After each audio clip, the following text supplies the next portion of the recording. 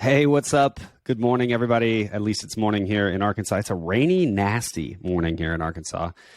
But welcome to the Photographic Collective Podcast. I'm going to be the silver lining today, guys. My name is Miles Witt Boyer. Y'all, I'm in a really good mood today. I'm sitting here drinking coffee. It's my favorite thing in the morning to sort of start slow. I love the idea of like hitting the office with a cup of coffee and some time catching up with friends, which is exactly what I get to do today.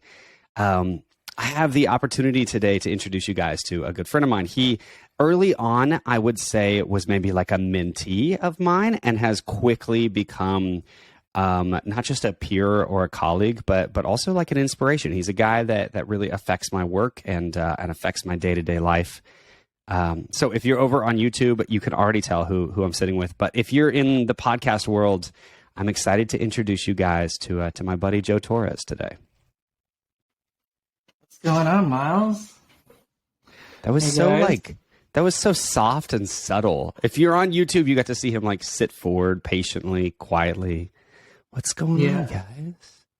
So I got my dad voice on. There it is. I like it. Okay. Let me paint this scene for us really quick because we are going to get into like who Joe is, where Joe is, all of that stuff. If you don't know who Joe Torres is, believe me, we're going to get to that, and you should. But before we get to that, let me sort of set the scene for us. This conversation started, Joe, because you felt as though, well, let's just get to it. Yeah, there's this giant break in the industry between jumping in and getting your feet wet and getting that camera, getting excited, and what? Essentially, like there's the creative who, I felt as I started talking, basically, like I felt that a lot of creatives are essentially afraid of sales.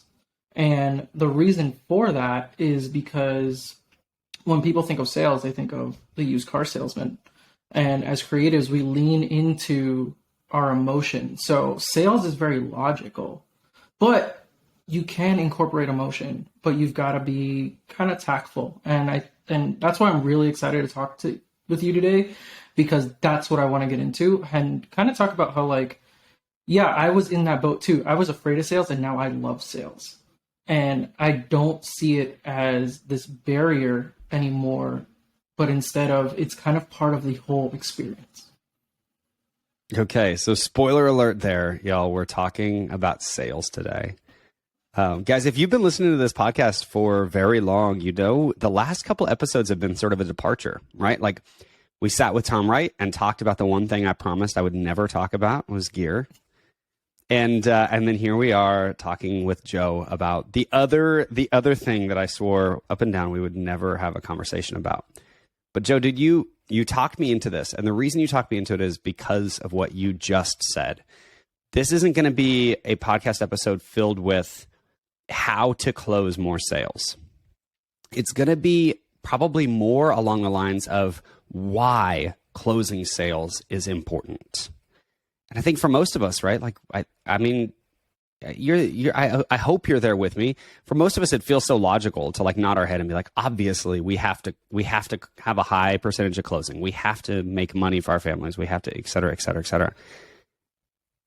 But Joe, why, like, if we can rationalize that, at least in your perspective, if people can rationalize why sales is important, why then are we so terrified to get good at it?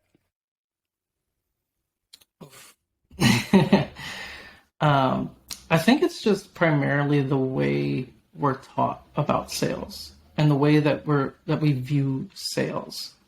I think if we think very structurally, sales seems like this thing like, oh, I have to sell a package and I've got to try and the key there is I have to try and get them to buy something versus I'm the assistant buyer.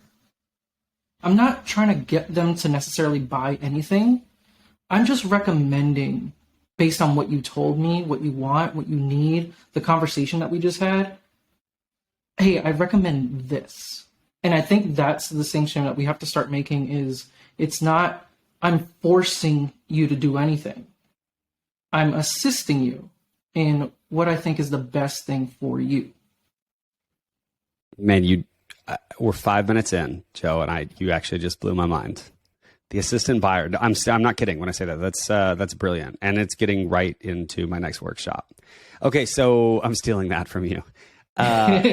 So back us up like just, I don't know, 15 or 18 miles, because we've already gone far too long down the road to not know who you are. So tell us a little bit about who Joe Torres is, where Joe Torres is, and then maybe sort of, if you don't mind, take us down the road of the last 18 months of your life, and how getting into sales like this has been so crucial for you. Sure. So, as we've already established, I'm Joe Torres. I own Joseph Torres Photography, and I'm based in New York City. I am a photographer and videographer for weddings, and sometimes I actually shoot both solo hybrid. So there's a can of worms for you. But yeah, so going 18 months back, I don't think really does it. I think it kind of stems deeper than that. Back to my personal training days, where that's where I've really learned kind of how to differentiate of being a salesman versus being the assistant buyer. And it kind of went into really focusing on the big thing is taking me a little bit out of the equation, or a lot of out of the equation, and turning into, hey, I want to learn about you. What's important to you as my customer, as my client, as my friend, right? And that's kind of where things have really, I've noticed. And then it wasn't just personal training. It's every aspect, whether it was recommending a television to a friend, a phone, a camera, and then I took that same learning experience into photography and videography, and I just changed some words. So that's kind of really where things have gone is I want you to have this. So how do we get you this? But there is a price tag. I like it.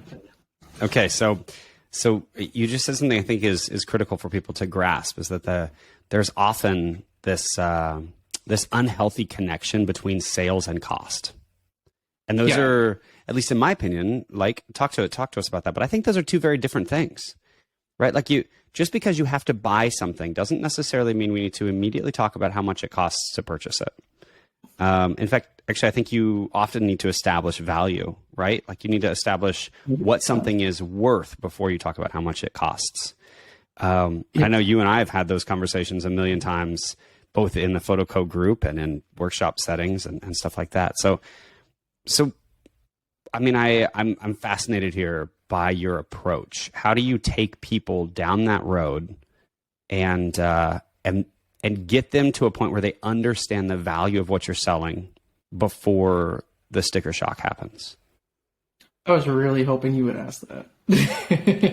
And I'm gonna start it off by stealing a line from you, actually, which is going an inch wide and a mile deep. And what I mean by that is when you first interact with that client, and you get them on the phone, a lot of times, at least here in New York, and I'm sure everywhere else, but I'm going to call out Long Island. The number one thing I've noticed across is a bride or groom will contact a photo studio and they'll be like, hey, we're looking for photography, videography, whatever. And the photo studio goes, okay, cool. Here, what's your date? What's your venue? How many people? Okay, here's our pricing. No point did they ask them about what do they want. You don't care who Tom and Sally are. You don't care who Stephanie and Adam are. And I think that's to me, that's the critical point, because I think this is going a little sidetracked, but as a creative or as a wedding photographer, videographer, our job is to tell a story. And we can get bored real fast because we know weddings follow a very similar timeline no matter what wedding it is. You know, there's prep, you know, there's the ceremony, reception, and somewhere in between there's a whole bunch of other stuff. But what about the couple? They didn't just arrive here overnight. It took them 6 months, a year, 3 years, 5 years, 10 years. And so that is critical to me on understanding them. And I think the shock to a lot of people is, or the couples I have talked to, the number one thing they say across is like, wow, you actually took time to find out about us. And the way I do that is I jump on a phone call, I say hi, and I quickly try to blur the line between vendor and friend. Because I want to be friend first, so that way when we come to the point where we've got to talk about pricing, I just want to recommend things to you and give you that freedom of choice versus forcing something down your throat. So when I jump on a call, the first question, I say hi, see how they're doing, you know, and the big thing for me is also like having video calls with them. I want to see faces. Granted, we spent 2 years being remote and not seeing people, so I want to see some faces. But it's critical for me to see faces because I get to watch their reaction when I ask certain questions. So the first question I typically ask is, hey, so Miles, I'm going to use you and Melissa as an example. If I jumped on a call with you, I would go, hey guys, tell me about who is Miles and Melissa? Like, who are you guys as a couple? That's a very open-ended question. And sometimes, and it's up to the couple to see where, you know, you kind of feel out where are they going to go with that. Some will be very vague. And if they are, I go, tell me more. And now all of a sudden it starts to click in their head that I'm more invested in them and their wedding than they probably are. Like, oh, this guy actually wants to know us. He's not just kind of like, we still haven't talked about photography. I'm finding out who they are. Then kind of once I get a good idea and I'm taking notes, the next question I ask is, hey, Miles, what are 3 things you absolutely love about Melissa? And then tell me 3 things you physically love about her. And then I'll ask her the same question. And they're not allowed to give the same answers. And to watch them look at each other, to watch them interact and kind of put them in the hot seat for a second creates an entirely different experience than what either they have or haven't seen yet from other photographers and videographers. And so then I address that with their answers. And I go, so let's just 3 examples. Miles, give me 3 things that you love about Melissa and 3 things you physically love about her. I love that she is bold. I love that she is absolutely tenacious. She has no stop in her whatsoever. And I love that she is she's cautiously sensitive. Okay.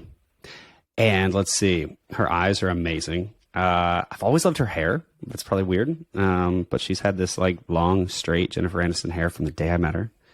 And and I'm going to get canceled for saying this, but she's so thin, and I just love how like long and skinny and lean she is.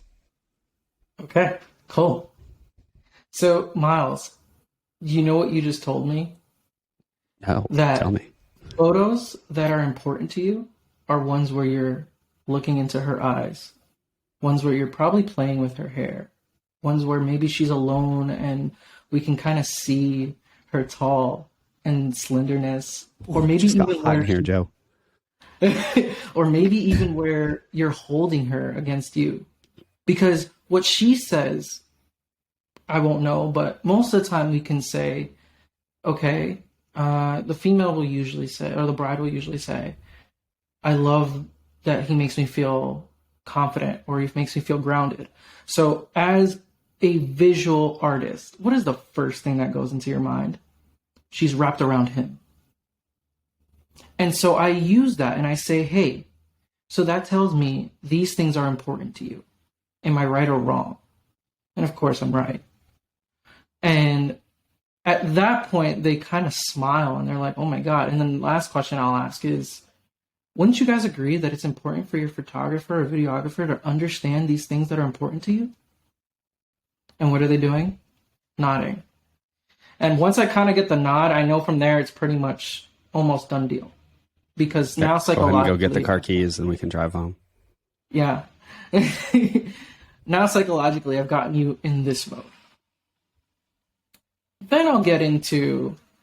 Then we'll talk some more, and then I'll ask... My favorite is... I stole this from Pi. Pi Jirza. And it's the wave technique that he uses, but I love it. Because it puts the restriction on the couple. But you're also learning, again, more things that are important to this couple.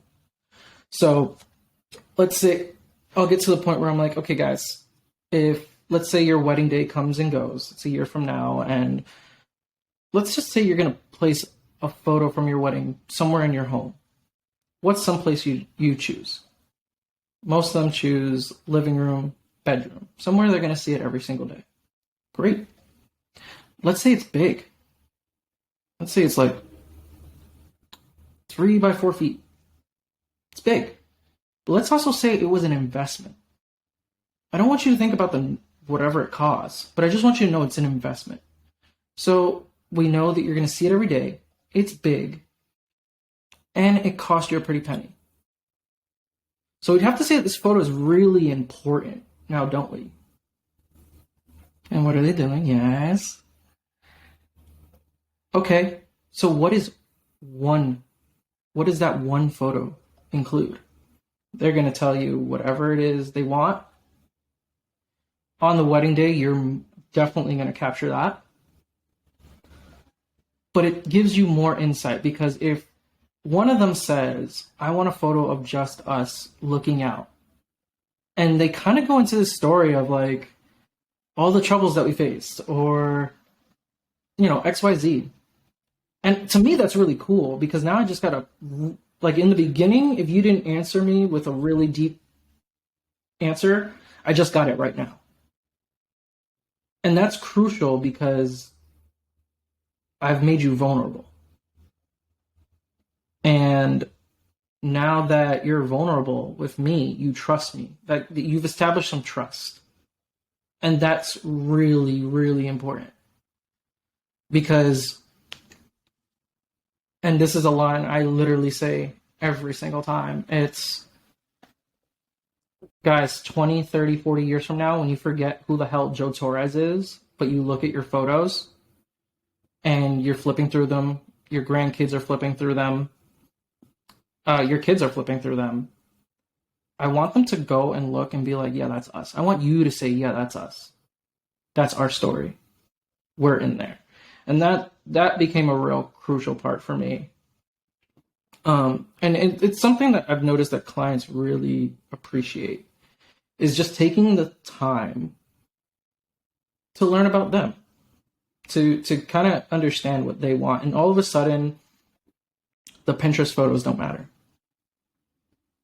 But now I've got them hooked on this idea that I'm capturing them.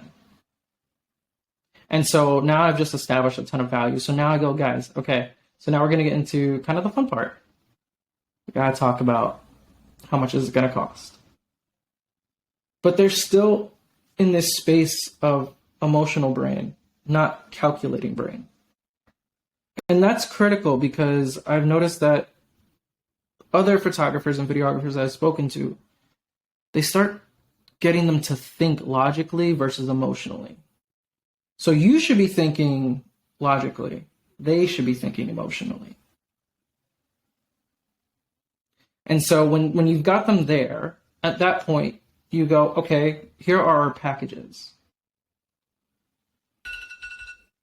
And you say, based on what you've told me, here's what I think you need. I give them 2 options. I never show a price sheet because we're going to just talk it through. Cool. Great. Awesome. Listen, all that's required is a signed contract and a down payment. Whether it's 25%, $500, $1,500, whatever. The other key to this is making it frictionless. Reduce the friction.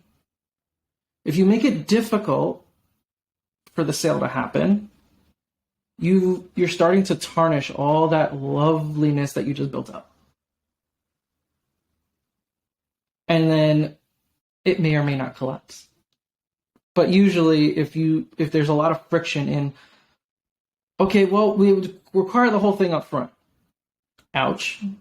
Right? Oh, now my pocket hurts. Now I'm going into, crap, can we afford that? Versus, oh, okay, a deposit. Cool, we could do that. Oh, the payments are broken up. Cool, we could do that. And to me, that's kind of how, like, I've, over time, from even personal training to now, is always, what can I do for you? How can I help you? That right there. I don't want to stop you, but I want to interject. Everybody knows that knows me well knows everything from me comes back to a mindset coach concept, right? Everything that you just said over the last 10 minutes, Joe, leans into this idea of, everybody's heard me say this a million times, right? The idea, but the difference between scarcity and abundance. And y'all, if you don't know this yet, hey, everyone, please, I've gotten so much of this from my buddy Ben Hartley. But the reality here is, let me interject for just long enough to say something that's kind of bold. What Joe is suggesting is not that you get incredibly good at manipulating people into buying your goods. What he's suggesting is that you have such a appreciation for the abundance of clients and the quality of clients and the value of your work that you get good at serving them, authentically serving them. And the byproduct of that service is a high percentage of sale. Am I right, Joe? So the scarcity flip side, the other side of that would be to say, I can't let anybody else book this couple. So I'm going to get very good at manipulating them into thinking that I'm the best option. But when you walk into that, you're terrified of every contract that doesn't close. Mm-hmm. But in this situation, Joe, so how do you handle, let me push us forward then. How do you handle rejection? How does that feel to you when you've walked through this entire process and a couple looks at you and says, like, we can't afford it? So that's an awesome question, because there's 2 sides to that. So sometimes it sucks. I'm not gonna lie. Like, it sucks, right? Because sometimes I end up enjoying the couple so much just from off their story alone. But if I'm at a point where I've got potentially another lead, or I've got another couple leads on the same day, I'm gonna let it slide. I'm like, you know what? It sucks, but hey, you know what? Guys, what is your budget? And let me try to find somebody that can help you. So you continue to serve. You just continue to serve, even when they're not. Okay. So next logical question then is, because I run into this a lot. How do you break up with a couple? Like, you're sitting there and you're like, this isn't a good fit. Remember how I told you you don't show a price sheet? Mm-hmm. I show a price sheet. That's my way of breaking up. Very subtle. Or, you know what? If the couple really wants me, and I learned this from somebody, just charge more. Show them your top package. Be like, listen, like, I think you need this. Like, I think this is going to be what it is, or this option, like, realistically. And if they buy it, dope. They just made it worth your time. But most likely they're not. But usually I'll just show a price sheet. Be like, listen, guys, this is awesome. You know, Here our pricing, and then let me know what you guys think. I love it. I mean, let's just say it as blunt as we possibly can. We have to, in order to be more successful in this industry, we have to take the fear out of sales. Yeah. Right? Like, I mean, I think for the most part, 90+% of our industry lies in one of these three buckets, right? We either want better sales, we want more time, or we want more profit. But all of those three things point to the same symptomatic problem, which is that we're just out of balance as creatives, right? Like we're either not charging enough, and so we feel as though our margin isn't high enough, or we aren't closing enough, so we feel as though like there just isn't enough business to keep us afloat, or we're overtaxed in our time, and there's no way that we can actually like thrive in our creative ability when we don't have enough time to do it. So one of the reasons that we ended up on this call, Joe, which I love that you're the guy to talk sales with me, because we've had some really big names, some like big names on this call or on this podcast. And I think it's important to point out that at some point, this isn't to take away from them by any means. I mean, these guys are great friends of mine, but at some point your name starts to sell itself. Right? But Joe, you're still very much in the hustle. And so I want to hear from you. You asked me to be on this call because you said you have a really high percentage of close. And so I want you to talk us through that. What does that mean to you? So I'm actually going to open up HoneyBook right now for an actual accurate representation. Hey, this is a great time for us to interject and just go ahead and say it. I guess this episode is being brought to you by HoneyBook, and if you'd like to DM me, I can send you a link for a free discount with your HoneyBook. All right, Joe, go ahead. Okay, you ready? According to HoneyBook, my success rate, 89.66%.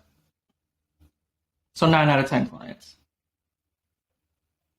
That receive 9 out of 10 that go into your portal system. Yep. 9 out of 10. If I get you on the phone, I am most likely going to book you.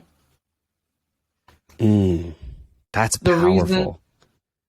The reason, so this kind of goes back to that question that you asked, like a little bit of like, what if I can't afford you? If I really liked your story, if I really connected with you, I'm not necessarily giving you a discount. What I will do is figure out the base for you. So, and part of that comes from your packages, right? Because the higher your package, the reason it's so high, granted, not just your experience, but there's stuff in there, right?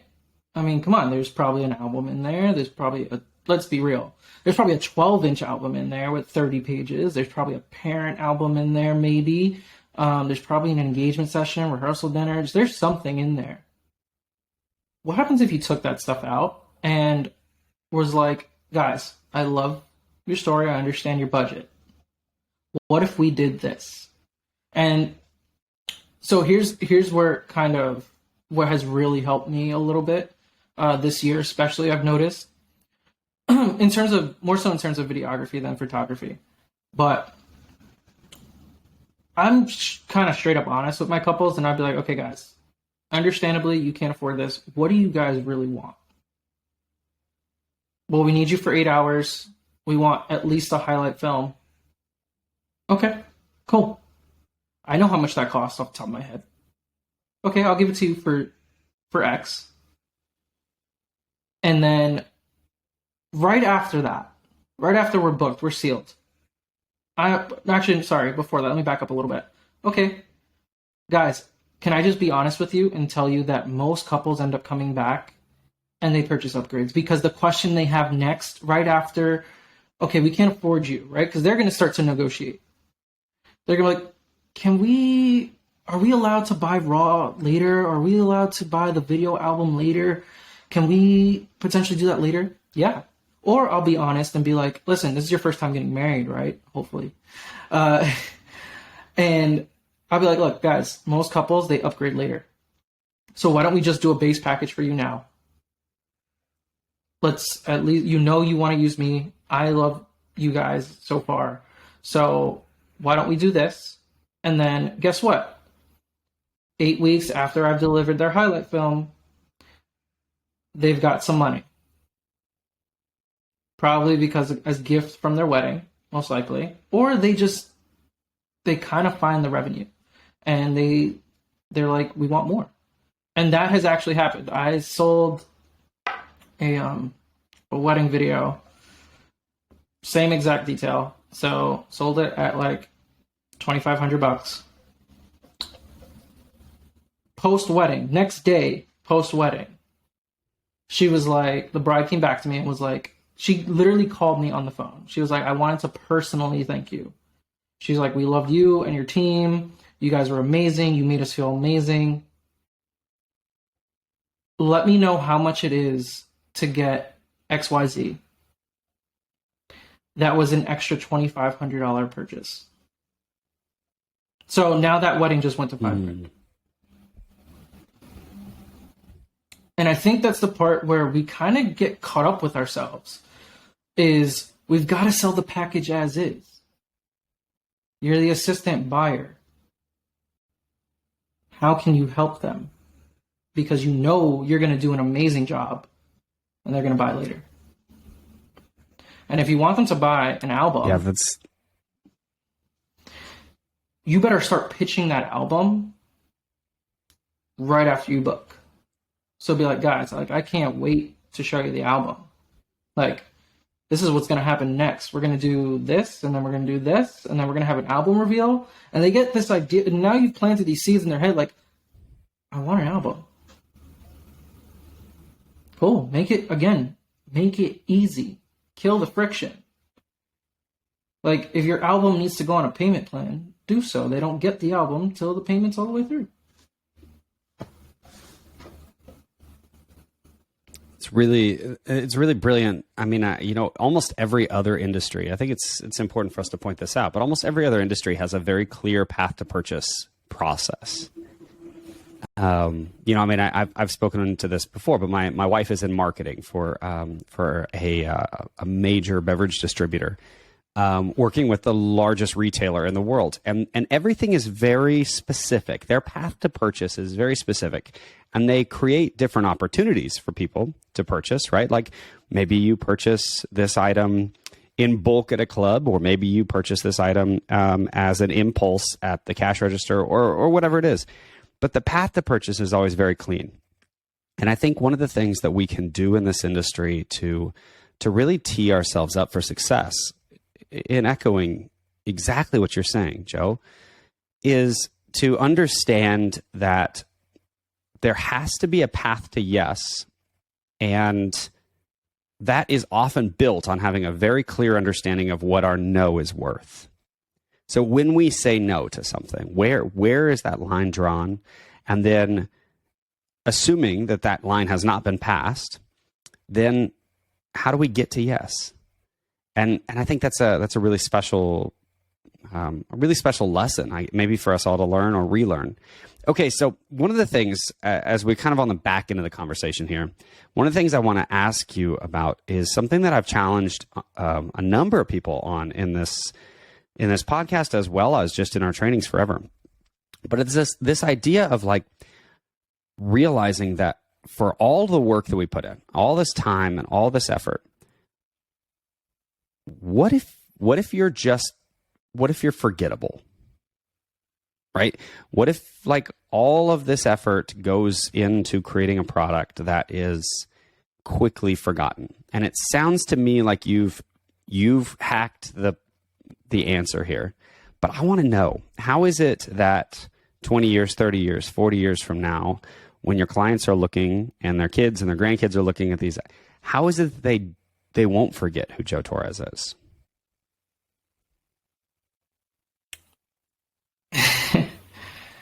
I think kind of got me stumped a little bit, but it really does come down to how you made them feel at the end of the day. I think, especially, and you and I have talked about this like long ago. And the big thing for me was I want people to make sure they feel comfortable and taken care of. And that, I believe, is how it doesn't become forgettable, is from the get-go.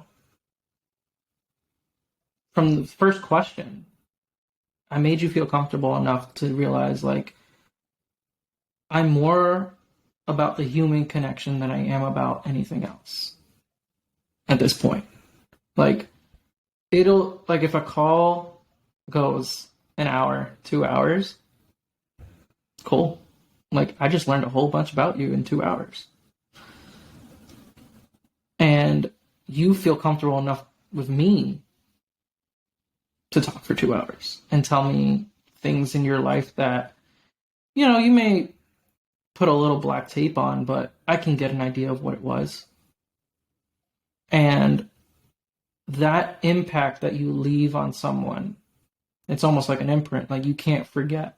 Because when they look at those photos,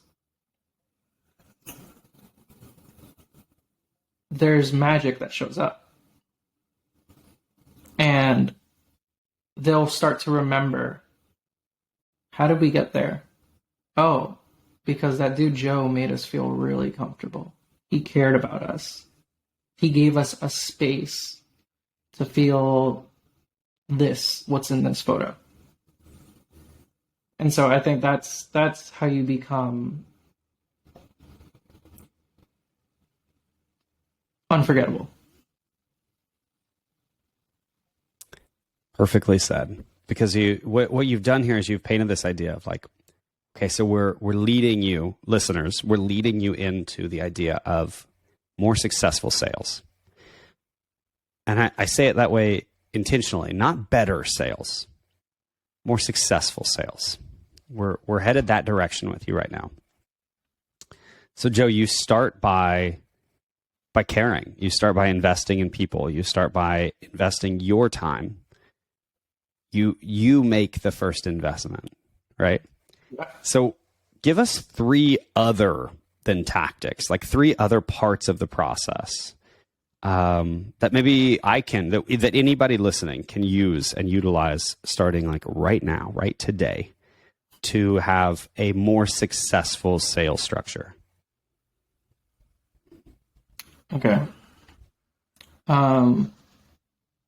So one, obviously, is just listening to them. Can't like putting them. Obviously, we said it was putting that investment of, I want to hear about you. Being transparent, like being honest with them. Don't go into a sales call with the idea of how much money it is. Like if you go into a sales call for money, it's probably going to fall apart because you're only thinking about the money at that point. You've got to humanize it. So go in with the intention to see if you can help them. Whether you get them or you can refer them to someone else. Go with the intent to help. And then the last one, number 3,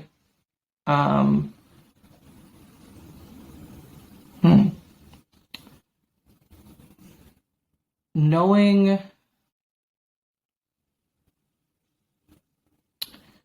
trying to find the words to put it together, so maybe you can help me out, but knowing when to take away from your package and knowing what the investment is going to be later. So kind of knowing like, okay, yeah, here's the whole package if I really want to give it to you, but you know what? I know you can only afford the bare bones. So I'm going to pull back on what's included, but give you the bare bones. So knowing yourself, I guess, and being comfortable with being able to back off or take away from yourself, I guess. Yeah, beautiful. I mean, so let me sum this up, because from the get go, from the jump here, here's what you've essentially told us. So if you fast forward to 40 minutes in this chat, here's what you've missed. Okay, invest first. Like, learn to love people because they deserve it, and build relationships with people because they're hiring you for a service that's very important. It's important for us to remember all the time that 90% of the people at a wedding will experience some interaction with the photographer and never even see the photography. So invest first. Then Joe suggested that you remove any friction that you can. Find just a clear, smooth, and easy process through which any headaches can be alleviated and people can truly enjoy buying from you, which I think is a special thing for us to point out. Like, there is a world in which people should, but at least could, enjoy purchasing your product. Then establish value before you even discover cost, right? Like, build in why this is important, how it's going to affect your future, and why it's such an important investment, and then discuss cost. Then go in with the intent to help them through that entire process. And your motivation needs to be not in justifying the cost, but in justifying and building the relationship.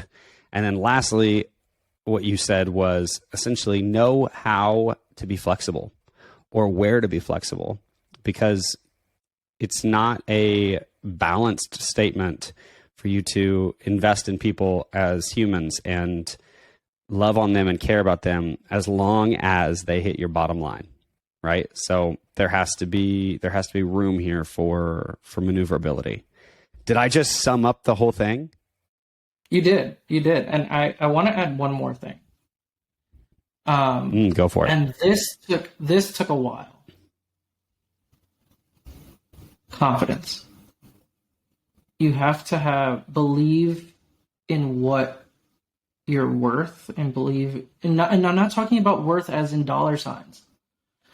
I'm talking about worth as in what your art does for someone. What does your photograph, your wedding, your videography, whether you do weddings, commercial portraits, doesn't matter. Like, knowing that this can leave an impact on someone and move someone, and you get people to see things in a different way, but the confidence in knowing, like, no matter what happens, I've helped this person and impacted them in some way, shape, or form. Because I've had that where I was confident in a sale, and they were like, okay, cool, we have one more photographer to talk to. And I was like, go for it.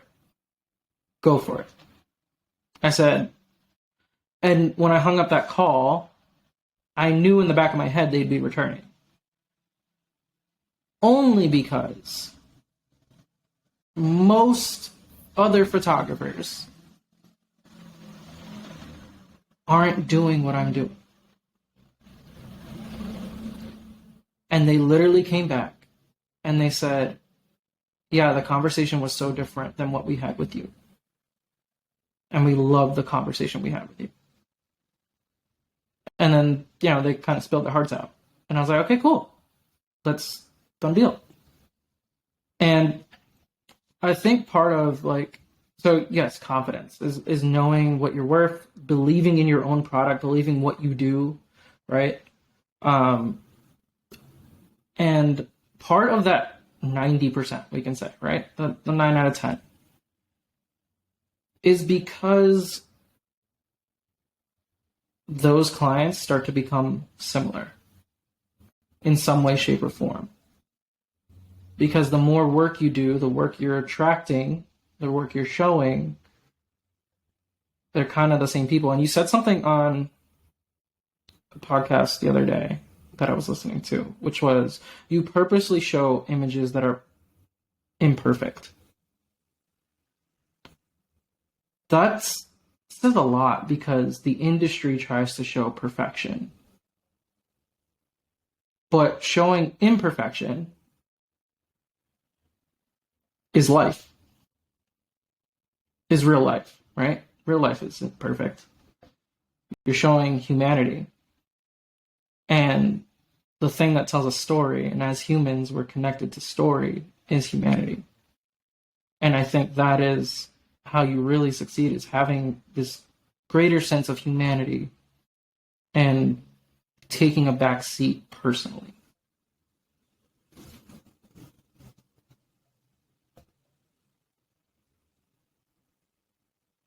And honestly, there's no better way. I don't think I'm not even going to try. What a perfectly sincere way to wrap that conversation up. I mean, to just say as simply as we can, if you want to be more successful, or if you want to sell at a higher percentage rate, or you want to make more money, or incremental growth, or whatever, Joe's process, what he's done over the last several years, is to refine relationship and to add value via that relationship. And he's done it so sincerely that the product that he's delivering, the process that he's delivering to his clients, is infinitely more valuable than what they're paying. There's no better sales than that. So, hey, Joe, real quick, buddy, give us all the ways, because people are going to listen to this and they're going to need more from you. So give us all the ways that people can connect with you, reach you, follow you. There's going to be no shortage of people here that are going to want to know who Joe Torres is. So hit them with all that info. For sure. And yeah, this kind of just is just like a message to say, like, if you do want more help, you want to go into more detail, I'm super open book. And pretty available, as Miles knows. So yeah, you guys can catch me on Instagram at Joseph T Squared. You can email me. It's the same. That's my personal email, so feel free. It's the same as my Instagram, just at gmail.com. You can find me on Facebook and in the Photographic Collective. I am an admin there, so I see all the fun things that you guys post. So, but yeah, if anyone has questions, Joe, you want to jump on a call, happy to help. Joe was one of the early members of the leadership team over at the Photoco group. And those of you guys that are listening that may not already be members or know what that is exactly, let me say it just this bluntly. When we sort of refounded, more like refined the Photographic Collective and started turning this into a really intentional community of people, it was important for me to find like-minded but very different artists that could direct the cultural growth of what that meant. And Joe, you've been an integral part of that, all the way from the early conversations of us, how can we get just a couple hundred people in here, or can we get 100 people in here, to what do we do with trolls and with people that are negative and all of that stuff, and now into finding these offshoot, these mastermind groups that I know that so many people are a part of. And I'm grateful to be able to see those groups sort of split off, like you and Derek Kautz and oh, help me out, who else is in there? Savannah, Alex. Savannah and Alex. Yeah. Okay. So y'all join us over there, please, and follow along with Joe's journey. It's a live look. It's a live look at what an artist in 2022 looks like, from the busiest, most diverse, and also most concentrated city in the country. And Joe is from the Bronx to Brooklyn, making it work right now, and it's really fun to watch. So, dude, thank you so much for joining me in here today. This has been filled with I feel like we just hosted more of a workshop than a podcast episode, but so many nuggets, Joe. A little bit. I mean, we definitely could have gone deeper. And I was slightly like, okay, this can easily turn to 2-hour conversation. So, but I think, you know what I think, Miles, when we create the sales workshop, I'd like to help a lot. Let's do it. Let's do it. Let's go ahead and say that out loud. You know, we need to build this into a process that people can digest. So keep us accountable, listeners, in that, and keep hitting us up over in the PhotoCo group. And yeah, Joe, I agree. This could be a 2, 3, 4 hour conversation, and I think that people need to hear it. So, all right, you guys. Well, hey, this is we've officially come to the end of, Joe, are you ready for this? Our 50th episode, brother. 50. Oh, let's go. Number 50? Isn't that? Yeah, dude. Congratulations, I guess. You know, man, more awesome. Like thank you. Yeah, it has been. It's been a year of incredible growth and incredible reflection, and you know, genuinely, you guys that are listening from the bottom of my heart, and I will speak to for Jared as well. We had no idea what was going to come from this, or the scale that was going to come from this. And so, you know, from the early conversations with Allison Conklin and Phil Porto, through the ones that went wild and viral with Jonas and Fair, to my favorites, the ones like the conversation with David Kovacs. And man, I think this one is going to rank up there for sure. I'm just so grateful for the guests and the listeners, and the friends that keep showing up every week. So we will see you again next week with undoubtedly somebody exciting. And you guys get out there and go close some sales. We'll see you in the PhotoCo group. Thanks.